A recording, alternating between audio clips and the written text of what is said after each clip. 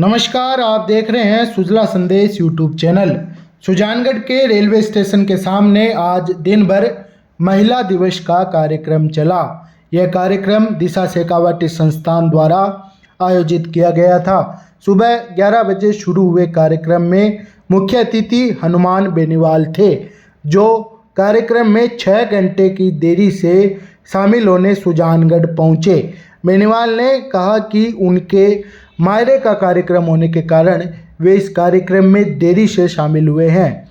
इस समारोह में दिशा शेखावटी संस्थान की सचिव अमृता चौधरी व आरएलपी नेता बाबूलाल कुलदीप द्वारा महिलाओं की अच्छी खासी भीड़ जुटाई गई, जिसके बाद राजनीतिक लोग भीड़ का आंकलन करते हुए नजर आए।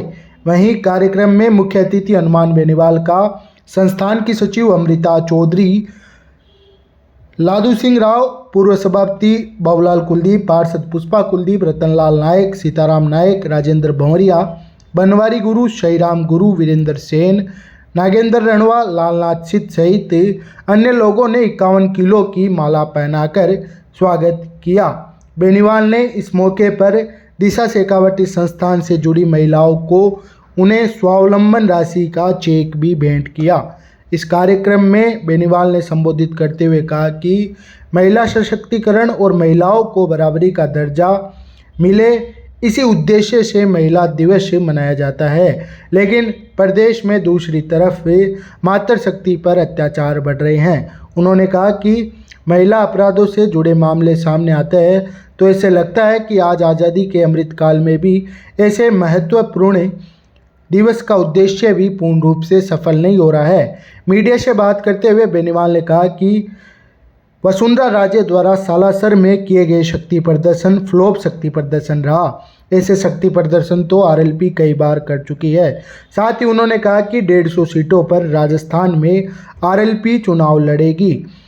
इस कार्यक्रम को शहर के लोग आरएलपी से जोड़ते हुए कहा कि यह कार्यक्रम पूर्व सभापति बाबूलाल कुलदीप का राजनीतिक दांव है, जिन्होंने भीड़ जुटाकर राजनीतिक गलियारों में एक संदेश दिया है। लेकिन आयोजकों का कहना था कि उनका मकसद महिलाओं के उत्थान की बात करना व प्रतिभाओं का सम्मान करने का था। कार्यक्रम में दिशा शेखावटी की सचिव अमृता चौधरी, महंत कानपुरी महाराज, रतनलाल नायक, सीताराम नायक, राजेंद्र बापेऊ, लखनऊ से नगमा, पार्षद पुष्पा कुलदीप, लादू सिंह राव, धनराज रणवा, नागेंद्र रणवा, शहीराम गुरु, पंकज कोक, वीरेंद्र सेन सहित संस्था के पदाधिकारी मौजूद रहे। अंतर्राष्ट्रीय महिला दिवस का जो मुख्य मकसद है वो ये है कि महिलाओं को भी समाज के अंदर बराबरी का दर्जा मिले। इतिहास के अंदर आप जाओगे तो देखोगे कि पुरुष प्रधान समाज रहा हमेशा इस देश के अंदर। धीरे धीरे हमारी महिला शक्ति उभर के पुरुषों के बराबर लड़ाई लड़ रही है। झांसी की रानी लक्ष्मीबाई से लेके इंदिरा गांधी तक देखोगे तो मजबूत नेतृत्व महिलाओं ने इस देश को दिया और इतिहास के पन्ने महिलाओं की वीरता से हटे पड़े। माँ बहन बेटी की भूमिका के साथ साथ आज सेना के अंदर पैरामिलिट्री फोर्स, एयरफोर्स, पुलिस से लेके जब कोरोना काल था तब कोरोना के अंदर परिवार एक दूसरे से नहीं मिल रहे थे, भाई भाई से नहीं मिल रहा था। उस समय नारी शक्ति ने, महिला शक्ति ने मेडिकल ऑफिसर के रूप में और आंगनबाड़ी कार्यकर्ता सहायिका के रूप में सबसे ज्यादा कोरोना वॉरियर के रूप में काम करके विश्व में संदेश दिया कि सृष्टि को बचाने की जहां भी आवश्यकता होगी हम मां काली के रूप में भी तैयार मिलेगी। सृष्टि को बचाने के लिए महिला हमेशा आगे रहेगी। भाइयों, दुर्भाग्य इस बात का है कि महिलाओं को जो पार्टियां रिजर्वेशन की बात करती है हर पार्टी का एजेंडा है। जो बिल लोकसभा के अंदर जो हमारी मेंबरों की मेडिकल की सेवाओं के अंदर 50% आरक्षण महिलाओं को मिल रहा है, वो राजनीति में भी आरक्षण जरूरी है, क्योंकि राजनीति से ही देश की दिशा और दशा तय होती है। और राजनीति में जब तक महिलाओं को बराबर का हक नहीं मिलेगा, तब तक महिला शक्ति का उत्थान नहीं होगा। आज दुर्भाग्य इस बात का है कि किस तरह आजादी के 75 साल बाद जब देश आजादी का अमृत महोत्सव मना रहा है, दूसरी तरफ हमारी बहन बेटियों की इज्जत किस तरह सरेआम लूटी जा रही है, किस तरह हमारी छोटी बच्चियां सुरक्षित नहीं है। भाइयों, इस व्यवस्था को कौन बदलेगा? इस व्यवस्था को बदलने के लिए आपको कमर कसी होगी और महिला शक्ति के साथ साथ हमारे छोटे भाइयों को भी माँ बहन बेटी के रूप में इनको जिस तरह हम परिवार का एक हिस्सा है, उसी तरह इनकी मदद करनी होगी। लोगों को विचारों और सोच के अंदर बदलाव करना होगा। आज राजस्थान राज्य तो महिला अपराध के अंदर देश में 1 नंबर आ गया। 1 नंबर आने का कारण क्या रहा? नेताओं का, माफियाओं का गठजोड़ और नक्सल। सुंदर राजे ने 4 तारीख को सालासर में शक्ति प्रदर्शन किया है, वो भी महिला है, क्या कहेंगे आप? वो तो क्या शक्ति प्रदर्शन, कोई ज्यादा संख्या नहीं थी, 15-20 हजार लोग। सर, चुनावी माहौल है, किस तरह का आरएलपी का संगठन में? आरएलपी तो मजबूती से लड़ रही है, कांग्रेस के साथ रहेगी, बीजेपी के साथ रहेगी। अभी तो राष्ट्रीय लोकतांत्रिक पार्टी ही उम्मीद है राजस्थान के जवान किसानों की। सबसे बड़ा भरोसा आरएलपी भी कर रहा है राजस्थान का जवान। आरएलपी इस बार कांग्रेस बीजेपी को कड़ी चुनौती देगी। 150 सीटों में सीधी फाइट होगी और 50 जो सीटें बचेगी उसमें क्षेत्रीय दलों से जिनका क्या प्रभाव है उनसे हम गठबंधन करेंगे। कांग्रेस भाजपा को घर बिठाएंगे, नई व्यवस्था लाएंगे जहाँ हमारी बहन बेटियां सुरक्षित हो, जवानों को रोजगार मिले, कर्ज मुक्त किसान, टोल मुक्त राजस्थान, फ्री बिजली और कानून का राज राजस्थान। कार्यकर्ता लगा रहे नारे आएगा हनुमान बदलेगा राजस्थान, क्या तक सही? अब देखिए, तो जब आऊंगा जब तो बदलूंगा। ये नारे लगा रहे जोश है इनके अंदर कि हनुमान आएगा और राजस्थान बदलेगा। देखो, बदल दिया राजस्थान। अभी तक हम आए नहीं सरकार में, लेकिन फिर भी नेताओं को घर घर घुमा दिया, गली गली घुमा दिया, उनको ठीक कर दिया।